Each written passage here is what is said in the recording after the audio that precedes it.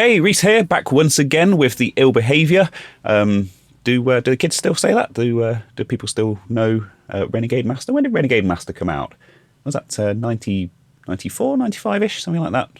It was mid-90s, wasn't it? Yeah. Yeah, well, kids probably don't know Renegade Master. But anyway, I've seen the demographics for this particular thing, and you're all even older than I am. So yeah, maybe trying to appeal to the kids is a bit of a lost cause. But anyway, yes. Speaking of ill behaviour, by the way, I've just eaten nearly a whole box of Fox's classic biscuits. You know, those selection boxes that you get for Christmas, and yeah, obviously one of the golden rules of voice recording, doing any kind of voiceover work or any kind of stuff like that, is you have to be very careful about what you eat. You don't want to eat things in the immediate run-up to that recording that will dry your mouth out or anything like that, because you can hear it in the recording and it can lead to things like clicks and mouth pops and stuff like that. And people apparently don't like that kind of stuff right in their ear. Unless they're listening to ASMR type stuff, I guess, and it's an attractive young lady that's doing the mouth noises. But they probably don't appreciate it from the likes of me, you know, as much as they'd like that. And anyway, yeah, just as off on a tangent, really.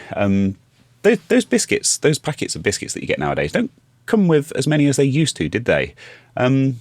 I'm sure I remember back in the day when I was a kid, you'd open a box of biscuits and there'd be like a couple of trays in there, a couple of levels, which this particular box does have. And you'd get like 4 or 5 of each biscuit, wouldn't you? You get your chocolate chip cookies and your chocolate digestives and your Jammy Dodger knockoffs and that kind of stuff. And you definitely get like at least maybe like 3 or 4 or even 5 of each biscuit. And some of these, you only get 1. Like you take the plastic tray out, the level, and you know, take the cellophane shrink wrapping stuff off, and there's just like 1 chocolate chip cookie in there, and it's like, what? It's a sign of the times, I guess.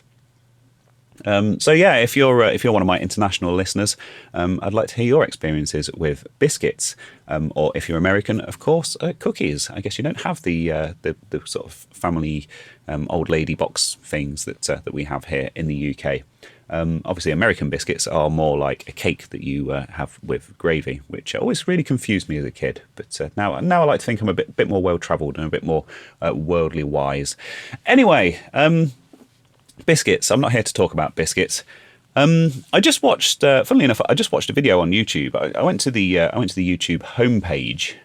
Quite often I go to the subscriptions page straight away because the recommendations on the homepage are always terrible. But I think I'd kind of exhausted my subscriptions. So I went to the homepage to see what was up, what old daddy YouTube had to throw at me, you know, to feed me the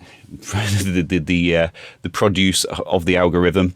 And funnily enough, there was a video on there called the top 5 reasons podcasts fail. And I can't remember the name of the channel, and it's not really important.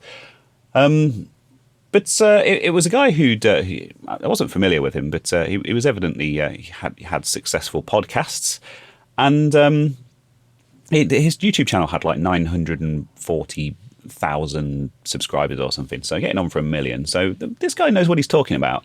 You know, nice video, well put together, lots of kind of data and stuff like that, and good anecdotes of his experience over the years, and it made me laugh. And it's something I wanted to mention just because it's something that makes me laugh about YouTube. The number one, so this video had been basically, it was like just over a year old, so it had been on YouTube for just over a year. And the number one upvoted comment on this video was someone who'd summarised everything that this guy had to say in the form of 5 bullet points.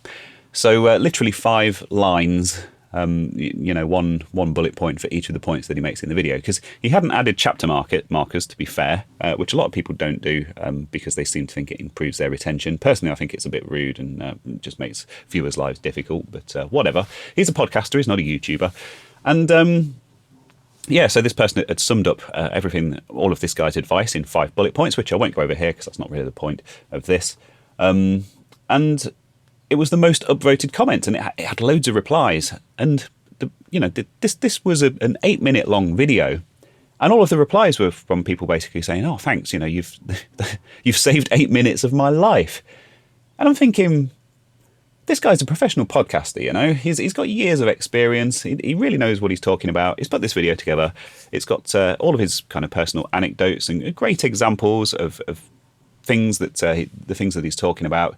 He's showing data on screen, stuff to do with listener retention and audience demographics and stuff like that. And people seem to think that they can absorb all of that knowledge just by reading 5 bullet points and then just clicking off and doing something else. And you see it all the time on YouTube. Any kind of like tutorials or anything like that. A lot of game videos. I actually watched one not that long ago from a channel that I watch quite a lot. A guy called Retro Break is the name of the channel. And he collects Nintendo stuff, so like Game Boy Advance and that kind of era of Nintendo stuff. And he'd made this video that was like his top 15 recommended like Game Boy Advance, I don't know what you'd call them, I hate to use the phrase hidden gems, and that's not what he called it, but it was basically like his favourite 15 Game Boy Advance games that you might not have heard of. And one of the top comments on that was very similar. It was someone who'd listed all the games. And again, there were a load of replies from people saying, "Oh, thanks, that's 10 minutes of my life that you've saved." And it's like, do people not watch these videos to like hear people's opinions and stuff? I mean, why would you go to YouTube? Why not like Google it and just like go and read a blog post that's just a list of bullet points? I don't get it if that's how you want to consume that kind of content. And yeah, you're missing out. You're really missing out. You're not you're not saving precious minutes of your life. You're missing out on some good entertainment and some informative stuff. But hey, it's not up to me to police how other people want to consume their content. Just a funny thing that made me laugh, really. So yes, I've been working on these shorts. I mentioned in the previous ramble that I'd kind of got this strategy that I'd stolen from someone. Basically, I'm going to release 30 YouTube shorts on my channel in 30 days. Now, one thing I didn't explain was what YouTube shorts actually are, if you're not familiar with them. So basically, it's a very similar concept to sort of TikTok and Instagram Reels, where it's a vertical video designed primarily for mobile users. You can watch them on your TV or on your desktop or whatever, but it's not really recommended because it doesn't really suit the format, but whatever. And yeah, so you watch one and you scroll upwards to flick through to the next one, and then you watch that, and then you flick through to the next one, and it's got the thumbs up and the thumbs down buttons on it as per a standard YouTube video. And yeah, it basically tries to sort of learn what your interests are and just keep endlessly serving up these short videos. So they tend to be sort of 30 seconds to a minute long. I think a minute's the maximum. And the reasoning behind this strategy was basically that YouTube doesn't really make a very good attempt at sort of separating desktop long-form content from these shorts, from the mobile content. So if you get a kind of an algorithmic boost on the shorts content from people scrolling through and liking them, then that will also translate over to your other content and mean that gets more recommended. Bit of an experiment, probably not the kind of thing that I should be obsessing over. But like I mentioned in the last ramble, I am intent on world domination, and it just seems like a fun thing to try to see if it would work. You have to try these things, don't you? It's been 3 years I've been doing this, so it'd be fun to kind of mix things up a bit just for a month. I will be doing my normal videos as well. I did mention that. There's other things that I have committed to. So don't worry about that. The standard videos will be there, so you can completely ignore the shorts and ignore this thing as if it's not even happening, and it won't make any difference to your life. So that's all good. And so the process, I had someone ask me about the process that I've been using to actually make these shorts. And I use DaVinci Resolve as my video editor. I'm not one of those annoying Resolve people, by the way. I know fans of that particular software can get a bit crazy. It's very good though. You should try it. It's free and it's better than Premiere. I actually bought Resolve a few years ago. They did a deal where if you buy the Speed Editor, which is their kind of editing hardware, it's like a little keyboard thing with buttons and a big black knob on it. And I use that for all my editing now. It's a fantastic piece of kit. And yeah, they did a deal where basically if you buy one of those, you get like a free lifetime license to their kind of paid for studio version, which is what I use now. Really happy with it. Runs great on the old M1 MacBook. So yeah, I use Resolve. I basically open up an existing project for an older video. Obviously, I've got all my kind of footage there sorted as I usually do. I tend to sort stuff into folders, so I've got my B-roll and my talking head shots and images and captures and all that kind of stuff all separated out.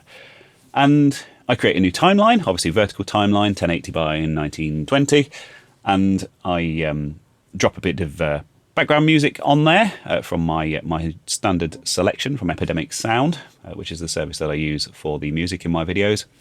And yeah, just drop the voice track on top. I don't like to spend too much time on them, so I'll basically maybe I'll rewatch the video. Most of the time, I can kind of remember the main talking points anyway, or I'll go back to the script, kind of pick out a couple of bits and just sort of turn it into a very sort of condensed 30 to 1 minute long, 30 second to 1 minute long version.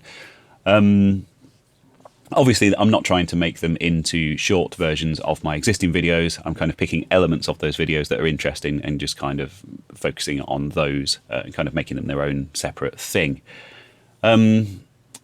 So yeah, I record the voiceover in one take. I don't do too much editing and stuff like I tend to do with my main videos. Actually, my kind of the main videos that I do on my channel, I generally do like 5 or 6 takes. So I use a teleprompter which attaches to the front of my camera, and I put my old Android phone in it, and obviously it uses the is it like the Pepper's Ghost effect, where it kind of reflects it reflects the phone screen in front of the screen, like your heads-up display on your fancy cars and stuff like that. So it reflects that up on the screen in front of the camera. I'm sure you know what a teleprompter is.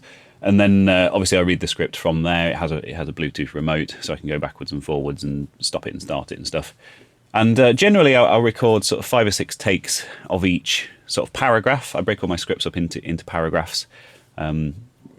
Try to kind of record them in such a way that they kind of flow naturally, which can be quite difficult actually. And then I'll generally pick the last take. But if there's a problem with it, like I pull a funny face or there's a weird noise in the background or whatever, obviously then I can choose from one of the other takes, and just kind of put things together that way. And I actually have I do the whole thing as well. I tend to do the whole thing as one kind of continuous talking headshot to camera, which is what my videos will start as, and then I drop all of the other B-roll footage and stuff on top of that. And the reason for that is if there's something that I don't have any footage for or whatever, I can just switch back to the talking headshot, and it all kind of flows quite naturally. And also, if I'm not recording those shots and the voiceover separately, then of course you don't get that kind of quite jarring thing that can happen where somebody's using a different microphone and you can kind of hear it as it switches back and forth between the two. I know, first world problems, but it does bother me slightly. I like stuff to kind of look and sound consistent. Not that that's related to these shorts at all. Anyway, that's just yet another tangent. So yeah, once I've obviously I've got these shorts, I've got this vertical timeline.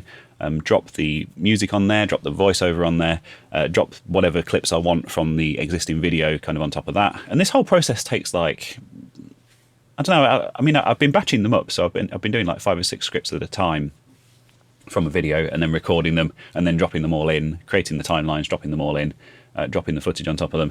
And we're talking like, I don't know, it probably works out at like half an hour per short, which is, I think it's pretty efficient. I'm not going to do all of them in advance. I am going to do some of them at the time in April, and I think I'd quite like to look at which ones are doing well and kind of feed back into that and kind of pick similar subjects. You know, the ones that kind of do particularly well at the beginning of the month, I can obviously I've got some time and I've got a bit of a buffer, so I can kind of expand upon those and produce some similar stuff towards the end of the month, which will hopefully kind of help with that whole process. Maybe we'll have to see how it goes. Yeah, distracted again. So yeah, I've got these. Obviously get these videos, I export them, I upload them to a website called happyscribe.com, which I think I mentioned before, and you get 5 videos per month. Obviously I've had to pay it's £24 for a month's worth of a pro membership, so I can get these videos. Obviously it's, you know, then you get unlimited videos, so I'll get all of those done. And it listens to what you're saying in the video. It comes up with the subtitles, with a transcription, with timings and stuff. And obviously you can go through and you can tweak it if it's not picked up any words properly, or it's capitalized stuff weirdly. And you can change the timing. So if it's crammed a load of stuff onto one paragraph, you can split that out, and you can condense stuff down and sort of change the spacing of the lines and everything. Really, really quick process, actually. It took me a couple of videos to kind of work out just how it worked. But it's really efficient once you get into it, just kind of moving the subtitles around and kind of getting them to flow properly and getting the timing spot on. And then it generates a video with those subtitles on top, kind of baked in, as they say, and you download it. Now, the trouble that I've had a couple of problems with this process. Basically to do with the audio. So one thing that HappyScribe does, it seems to really ruin the bitrate of the audio. If you remember, like back in the old Napster days, if you were around at the time, again, I've seen the demographics, so you definitely were. Basically, I mean, we had dial-up at the time, so I tended to look for files that wouldn't take too long to download. And people would encode stuff in like 96 kbps and maybe even lower. I think Napster claimed that 128 was CD quality, didn't it? And then 112 you could kind of just about get away with, depending on the song. And 96 and below was always pretty horrific. So obviously you'd have it sounded like it was recorded underwater. The high pitched kind of side of things that would end up all crushed and compressed, and you'd get this horrible artifacting and stuff in the sound. And anyway, the point that I'm getting to is that HappyScribe does unfortunately seem to do something similar with my videos. I like to export all of my videos at quite a high bit rate, you see, because I know that YouTube's always going to compress from there. It's never going to serve up the actual version of the file that you upload. It always kind of transcodes it into various different formats, so it can switch bit rates and switch resolutions and stuff on the fly depending on the viewer's connection. So it's always good to give it the best sort of possible starting point that you can, because it's only ever going to be downhill from there. So I export stuff at quite a high bit rate, really, for what it is. And then I was uploading these videos to HappyScribe, and they were like 300 or 400 meg each. Literally for a 1 minute video. I know, it's crazy. And then the file it was giving me back was about 70 or 80 meg, so obviously quite highly compressed. And so I came up with this workflow where I re-exported the audio from Resolve, and then I used FFmpeg and kind of remuxed the two files together. So it only added a couple of megabytes, but it was like, high bitrate AAC audio, that was embedded in the file. And obviously because it's the same source file and it's the same length, there's no problems there or anything like that. And this workflow actually ended up serving me quite well in another way, believe it or not, because I was trying to be clever, and I thought, well, people are going to be watching these on mobile, so what I need to do is I need to just put loads of compression on the voiceover track. So not compression in the file sense of the word, but compression in the audio sense of the word. So really reduce the dynamic range of that audio. So the louder sounds would be quieter and the quieter sounds would be louder. So it sounded very consistent. Quite an unnatural sounding thing for human voice, but obviously it's a kind of a specific use case for a specific device. So, and I tend to target my voice voiceover tracks on my YouTube videos at -2 decibels, and I increased that to 0, so it was fully maxed out. I usually use a limiter to make sure it doesn't go over that, and they sounded pretty horrific on my editing setup, truth be told.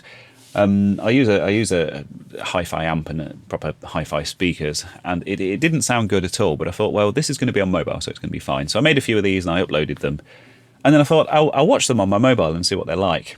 And predictably, it sounded horrific. Thankfully, obviously, I already had this workflow in place for replacing the audio. So I went back into Resolve and I obviously changed the volume levels back to what they should be, what I use for most of my videos, and re-exported them, remuxed them with the source files, and then re-uploaded them, which really didn't take long at all. And thankfully, they're sounding much, much better. By the way, if you want to have a look at these shorts, there's nothing secret about this. As a kind of a regular viewer or a regular kind of supporter of my channel, you're more than welcome. I have a Discord server. There's a link to join that on my website. I'll put that down below as well in the usual places.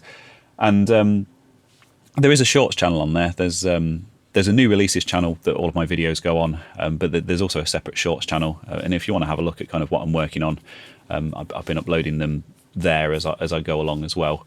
And then, of course, they'll all be going public one day at a time when the time comes in April. So that's that. I also heard from quite a few people. I mentioned previously that I tend to watch a lot of Instagram. Well, not a lot, but out of all of the three services, out of YouTube Shorts, TikTok and Instagram, I tend to watch Instagram Reels. I don't do TikTok at all anymore. I actually deleted the app quite a while ago, and I haven't looked at it since. I've never really looked at YouTube Shorts, to be honest. And yeah, I tend to look at Instagram Reels. And I had some feedback from some other people who were saying that, yeah, that they've found that of the three, Instagram tends to be the better service. I'm not sure if I'm going to bother uploading these to the other services. Obviously, I've put all the work in to make them, so it probably makes sense. But I feel like that would be kind of committing to make more, and that's not really what I want to do. I don't really want to continue sort of making stuff in this format, because it's not... Maybe occasionally, of course, but I think if you want to be sort of popular and successful on those platforms, you really have to commit to it, and you have to be churning these things out. And ultimately, it would just be a distraction from the kind of stuff that I actually want to make. Not that I haven't enjoyed making these, of course. It has been a lot of fun putting these kind of shorter videos together. Quite a nice change of pace after a couple of years of doing the bigger ones. I've got a couple of bigger ones in the works that I'm kind of switching between as well. Yeah, so that's all that. I also, speaking of Discord and whatnot, a Discord regular and a supporter of mine, James, who has his own YouTube channel, NCOT Technology, NCOT, which I will link down, of course, in the usual places. Give him a shout out. Very nice chap. And he asked me a question actually to do with the quality of my videos and stuff. And he said, I don't have it up in front of me, so I'm going to have to paraphrase, but. He said, do you ever look at kind of the big well-established channels like LGR and compare your videos to him and say, well, you know, my stuff's kind of a similar quality. There's that ego again. My stuff's of a similar quality. Isn't it kind of upsetting that, not upsetting, but you know what I mean, that obviously he gets millions of views on his videos and I get the kind of a tiny fraction of that. And I answered quite honestly, and to be entirely honest, I was watching LGR like 15 years ago. I mean, I've been into making videos for a very long time now. My parents had a camcorder, a VHS-C camcorder when I was a kid, and I used to make all silly little videos of, you know, I used to like do stop motion stuff with Play-Doh, and I used to do like I'd record my sister and her friends singing and dancing, and I'd do like magic videos and that kind of stuff. And then when the kind of cheaper like digital camcorder, you know, in the early days of mobile phones, obviously the Chinese companies were churning out VGA sensors and even worse quality, and then putting those not only in phones but also in like these toy camcorder things that had a little LCD screen and an SD card slot, a couple of AA batteries, you know. And I've owned a couple of those. Used to make silly little videos on those when I was at college and kind of edit those up and show them to my friends back in the days before you could put them on the internet, or well, we certainly couldn't, because like I say, we had dial-up at home. And then when I was at university, I got a Canon Digital 8 camcorder, which took obviously 8mm tapes. We went to the Le Mans 24-hour race. We used to go there quite regularly. I went quite a few years. First year we went was 2008, so that would have been actually the year that YouTube started. And because I had the Intel Mac Mini, which had the FireWire port on it, I could transfer the video across. Of course, it was only standard definition, but that was as was the fashion at the time. Transfer it all across and kind of dump it all into iMovie and kind of make just turn a few hours worth of footage into like an hour-long video for my friends and stuff. Obviously, didn't have to worry about copyright and stuff back in those days, so you could just have like you know, like Guns N' Roses and Queen and stuff like that in the background. Proper epic stuff. And yeah, so I've been making videos for probably, well, my whole life really. It's always kind of been a hobby that I've kind of dabbled with.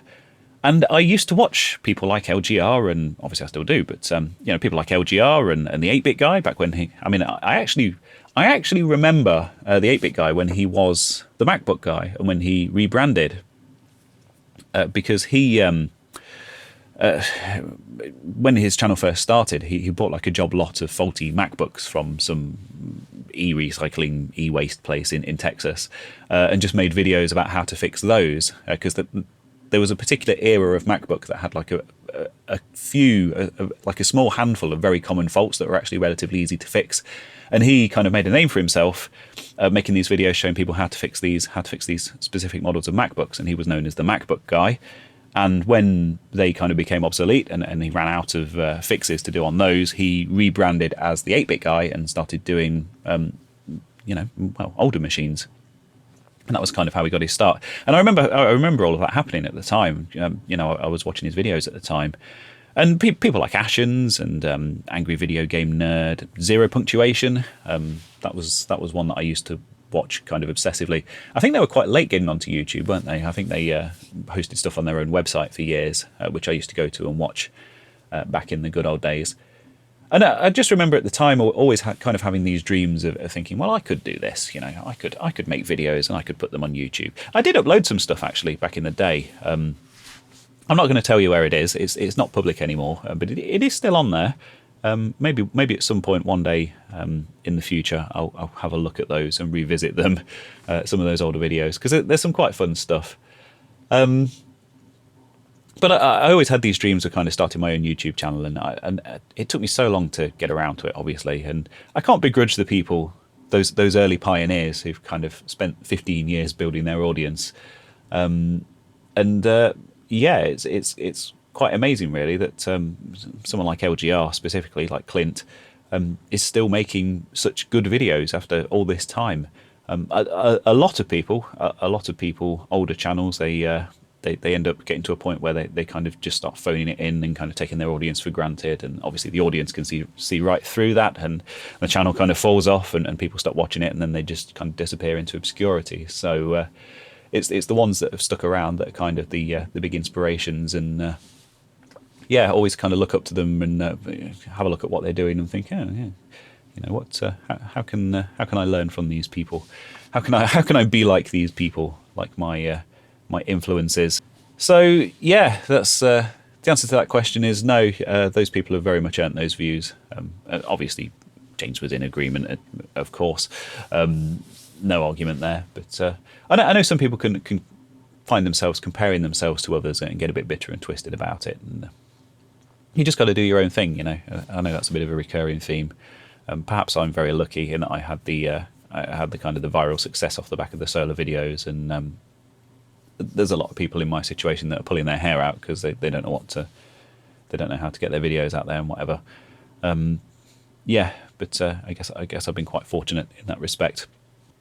But anyway, a bit of a mixed bag this time around. I hope you've enjoyed listening to this latest ramble. Actually released on time as well this week, which is of course fantastic.